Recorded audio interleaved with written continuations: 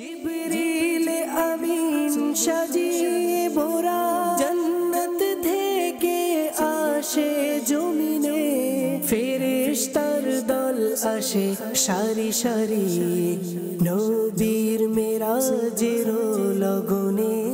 আলহামদুলিল্লাহি রাব্বিল আলামিন ওয়াসসালাতু ওয়াসসালামু আলা সাইয়্যিদিল মুরসালিন আম্মা বা'দ ফাআউযু বিল্লাহি মিনাশ শাইতানির রাজীম বিসমিল্লাহির রহমানির রহিম আসসালাতু ওয়াসসালামু আলাইকা ইয়া রাসূলুল্লাহ ওয়া আলা আলিকা ওয়া আসহাবিকা ইয়া হাবিবাল্লাহ আসসালাতু ওয়াসসালামু আলাইকা ইয়া নবিয়াল্লাহ ওয়া আলা আলিকা ওয়া আসহাবিকা ইয়া নূরাল্লাহ। দূরেও কাছে, দেশেও প্রবাসে, যে যেখানেই রয়েছেন সকলকে একরাশ প্রীতি ও শুভেচ্ছা জানিয়ে শুরু করছি অনুষ্ঠান কাসিদায়ে মেরাজ। দর্শক, যেমনটি আপনারা জানেন, এই কাসিদায়ে মেরাজের মধ্যে আলা হযরত রহমতুল্লাহি তাআলা আলাইহির যে লিখিত কাব্য রয়েছে, আল্লাহ নবী সাল্লাল্লাহু আলাইহি ওয়াসাল্লামের যে মেরাজ সংঘটিত হয়েছিল, মেরাজে মুস্তাফা, সেই উপলক্ষে তিনি কোরআন ও হাদিসের আলোকে এই বিশ্বখ্যাত এই কাসিদায়ে মেরাজ রচনা করেছেন। তারই আলোকে বিভিন্ন স্তবক এবং বিভিন্ন পংক্তির ব্যাখ্যা কোরআন ও হাদিসের আলোকে এই অনুষ্ঠানে করাই হচ্ছে মূল উদ্দেশ্য। আজও এর ব্যতয় ঘটবে না। আজও স্টুডিওতে আমার সাথে রয়েছেন ইমরান আত্তারি মাদানী। আমরা তার কণ্ঠে ইনশাআল্লাহ তাআলা কাসিদায়ে মেরাজ শুনব।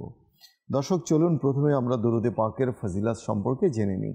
দরুদে পাকের অগণিত অসংখ্য ফজিলাত রয়েছে। তন্মধ্যে হতে একটি ফজিলাত হচ্ছে আবু ইয়ালা কিতাব এর মধ্যে বর্ণিত হয়েছে, রাসূলুল্লাহ আযজা ওয়া জাল্লা ওয়া সাল্লাল্লাহু আলাইহি ওয়া আলিহি ওয়াসাল্লাম ইরশাদ করেছেন, আমার উপর অধিক হারে দরুদে পাক পাঠ করো, নিঃসন্দেহে এটা তোমাদের জন্য পবিত্রতা। সাল্লু আলাল হাবিব সাল্লাল্লাহু তাআলা আলা মুহাম্মদ সাল্লাল্লাহু আলাইহি ওয়া আলিহি ওয়াসাল্লাম। দর্শক, চলুন আমরা ভালো ভালো কিছু নিয়ত করে নিই। হাদিসে পাকে বর্ণিত রয়েছে, নিয়াতুল মুমিনি খায়রুম মিন আমালি, মুমিনের নিয়ত হচ্ছে তার আমলের চেয়ে উত্তম। একটি নিয়ত আমরা করতেই পারি, তা হচ্ছে এই যে শুরু থেকে শেষ পর্যন্ত আল্লাহ তাবারক ওয়া তাআলার সন্তুষ্টি অর্জনের নিমিত্তে অনুষ্ঠান আমরা দেখব ইনশাআল্লাহ আযজা ওয়া জাল।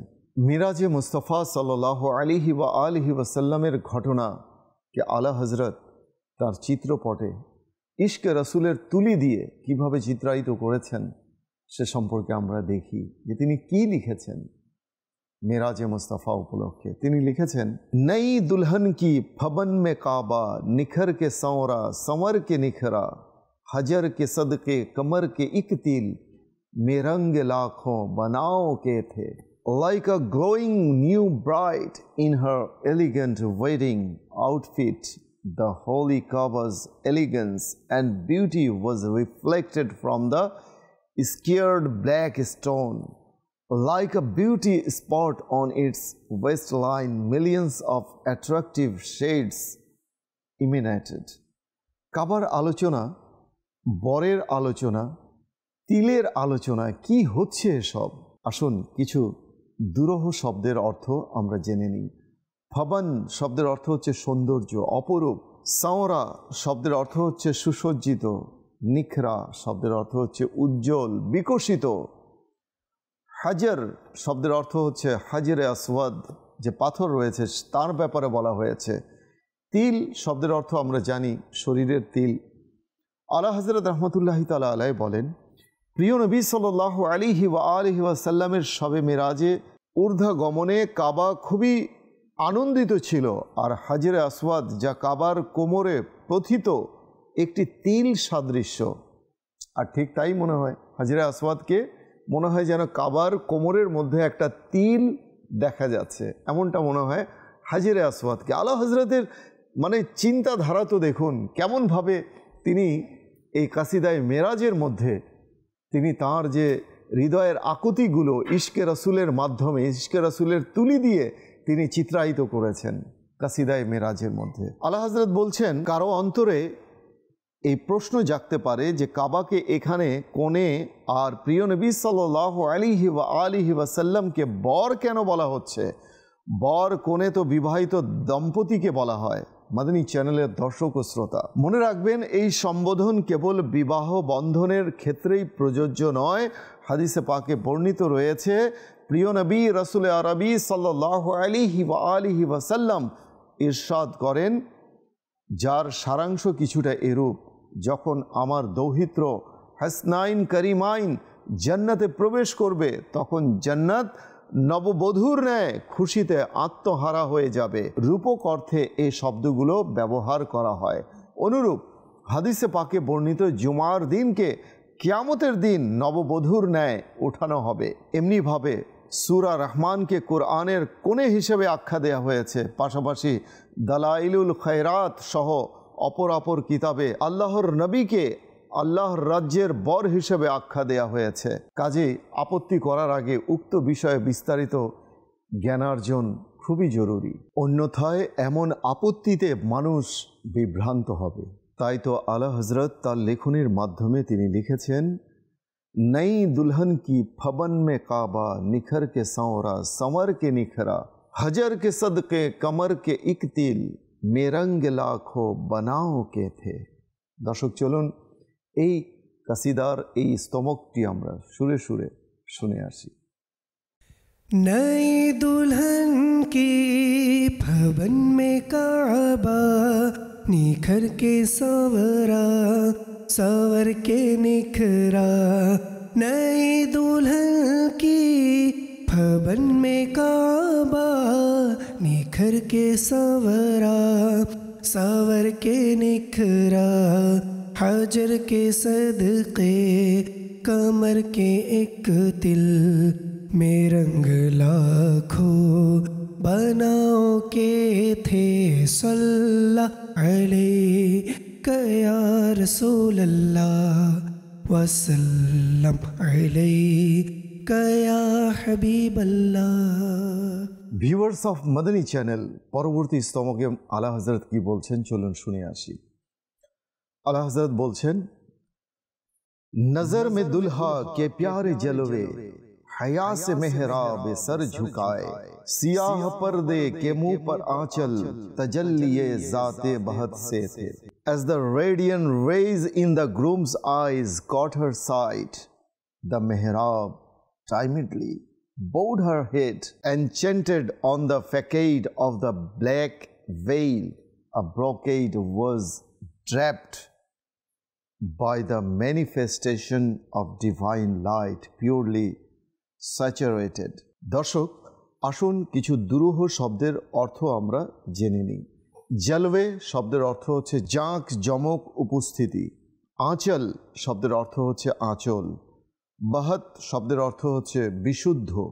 আলা হযরত বলছেন, প্রিয় নবী সাল্লাল্লাহু আলাইহি ওয়া আলিহি ওয়াসাল্লাম যখন মেরাজে গমন করছিলেন, তখন চেহারায় ওয়াদ্দোহা থেকে এমনই নূর বিচ্ছুরিত হচ্ছিল, যা দেখে মেহরাবে কাবা লজ্জায় নিজের মাথা নত করে রেখেছিল, যা আজ অবধি নতই রয়েছে। আল্লাহু আকবার। আর তার কালো পর্দার মুখে আল্লাহ পাকের নূর এবং তার ঝলকের একটি বিশেষ ঝলক বিদ্যমান। আর এই ব্যবস্থা মেরাজ সফরের পূর্বেই করা হয়েছে। সুবহানাল্লাহ।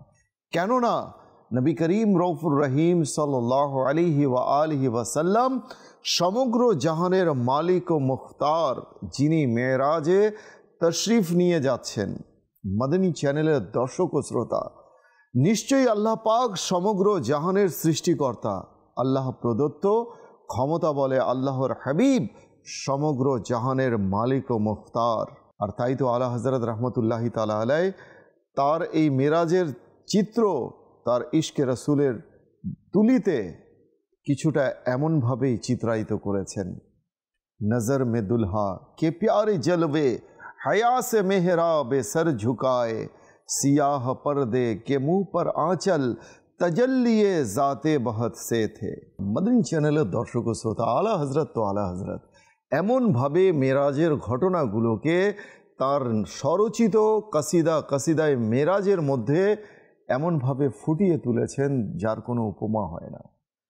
কালজয়ী বিশ্বখ্যাত অনবদ্য এই কাসিদায় মেরাজ, তাই তো যুগে যুগে আলোকোজ্জ্বল হয়ে আছে, মানুষের হৃদয়ে সমাদৃত হয়ে আছে। চলুন পরবর্তী স্তবকে আলা হযরত কি লিখেছেন আমরা সেটা জেনে আসি। তিনি লিখেছেন, खुशी के बादल उमड़ के आए, दिलों के ताऊ से रंग लाए, वो नगमाए नात का समा था, हरम को खुद वजद आ रहे थे। Clouds of bliss swiftly gathered, their hidden peacock like shades, the vibrant herds ecstatically exhibited. Such was the ambience of the prophetic praise that the holy haram itself was mystically captivated. আসুন কিছু দুর্বোধ্য শব্দ রয়েছে, তার অর্থ সম্পর্কে আমরা জেনে নিই। উমন্ড শব্দের অর্থ হচ্ছে খুব দ্রুত একত্রিত হওয়া। তাউস শব্দের অর্থ হচ্ছে ময়ূর, ময়ূরী। সামা শব্দের অর্থ হচ্ছে দৃশ্যপট। আলা হযরত রাহমাতুল্লাহি তাআলা আলাইহি বলেন, প্রিয় নবী সাল্লাল্লাহু আলাইহি ওয়া আলিহি ওয়াসাল্লাম যখন মেরাজে তশরিফ নিয়ে যাচ্ছিলেন, তখন রহমত ও নূরের মেঘমালা দ্রুত একত্রিত হয়ে গেল। নূরও বৃষ্টি বর্ষণ করছিল। হৃদয়ের রঙিন পাখি নিজের রং প্রদর্শন করে আনন্দিত হচ্ছিল। সর্বত্র প্রিয় নবী সাল্লাল্লাহু আলাইহি ওয়া আলিহি ওয়াসাল্লামের নাত পাঠ করা হচ্ছিল। প্রিয় নবী সাল্লাল্লাহু আলাইহি ওয়া আলিহি ওয়াসাল্লামের মাহাত্ম্য ও মর্যাদা শুনে কাবাও আনন্দিত হচ্ছিল। রিওয়ায়েতে এসেছে, প্রিয় নবী সাল্লাল্লাহু আলাইহি ওয়া আলিহি ওয়াসাল্লাম যখন জন্মগ্রহণ করেন, তখন কাবা 3 দিন এবং 3 রাত পর্যন্ত আনন্দ উদযাপন করেছিল। সুবহানাল্লাহ। কেমন কেমন তথ্য উপাত্ত আমরা মাদানী চ্যানেলের মাধ্যমে জেনে থাকি। কখনো কি আমরা শুনেছি যে কাবাও আনন্দিত হয়েছিল প্রিয় নবী সাল্লাল্লাহু আলাইহি ওয়া আলিহি ওয়াসাল্লামের জন্ম মুবারকে? তাই তো উলামায়ে কেরাম, মুফতিয়ানে কেরাম যারা তাফসির করেছেন, মুফাসসির, তারা এমন এমন তথ্য উপাত্ত লিখে রেখেছেন কিতাবাদিতে। আর তাই তো আলা হযরত রাহমাতুল্লাহি তাআলা আলাইহি তাঁর এই ইশকে রাসূলের চিত্রপটে ভালোবাসার তুলি দিয়ে তিনি কেমনভাবে চিত্রায়িত করেছেন মেরাজের প্রতিটি ঘটনাকে। আল্লাহু আকবার। তাই তো আলা হযরত বলছেন, खुशी के बादल उमड़ के आए, दिलों के ताऊ से रंग लाए, वो नगमाए नात का समा था, हरम को खुद वजद आ रहे थे। खुशी के बादल उमड़ के आए, दिलों के ताऊ से रंग लाए। खुशी के बादल उमड़ के आए, दिलों के ताऊ से रंग लाए। वो नगमाए नाते का समा था, हरम को खुद वजद आ रहे थे। सल्लल्लाहु अलैका या रसूल अल्लाह, वसल्लम अलैका या हबीब अल्लाह। সুবহান আল্লাহ, সুবহান আল্লাহ। পরবর্তী স্তবকে আলা হযরত কি লিখেছেন চলুন আমরা জেনে আসি। ये झूमा मिजाब जर का झूमर कि आ रहा कान पर ढलक कर, फुहार बरसी तो मोती झड़कर हातीम की गोद में भरे थे। सुभान अल्लाह। So blissfully the jewel like golden mizab channel saw it, that it slid from the forehead to the ear, excited as merciful rains drizzled. Raindrops filled the hatim like pearls in her lap, carefully congregated. দুরূহ কিছু শব্দের অর্থ চলুন আমরা জেনে নিই।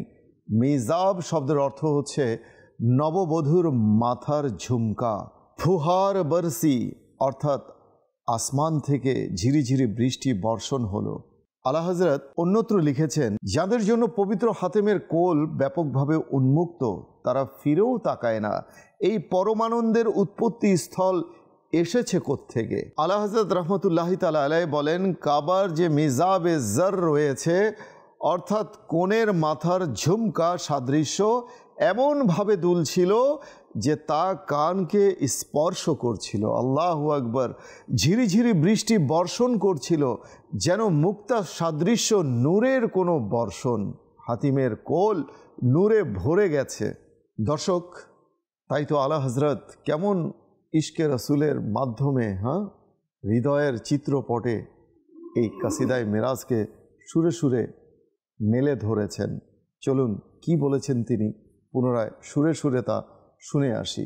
তিনি বলেন, ये झूमा मिजाब जर का झूमर के आ रहा कान पर ढलक कर, फुहार बरसी तो मोती झड़कर हतीम की गोद में भरे थे।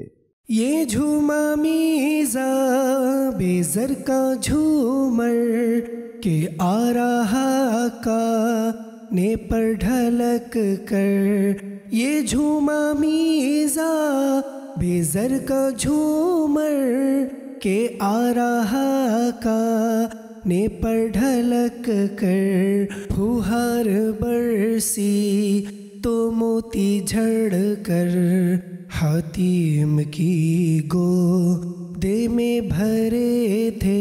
सल्लल्लाहु अलैहि या रसूल अल्लाह वसल्लम अलैहि या हबीब अल्लाह। मदनी চ্যানেলের দর্শক ও শ্রোতা, আলা হযরত রাহমাতুল্লাহি তাআলা আলাইহি পরবর্তী স্তবকে কি লিখেছেন মেরাজে মুস্তাফা সম্পর্কে, চলুন আমরা সেটা জেনে আসি। তিনি পরবর্তী স্তবকে লিখেছেন, दुल्हन की खुशबू से मस्त कपड़े, नसीम गुस्ताख आंचलों से, गिलाफ मुश्की जो उड़ रहा था, गजाल नाफे बसा रहे थे। The outfit was in rapture by the bright sweet fragrance to its brocade. The spring breeze was ingeniously attracted.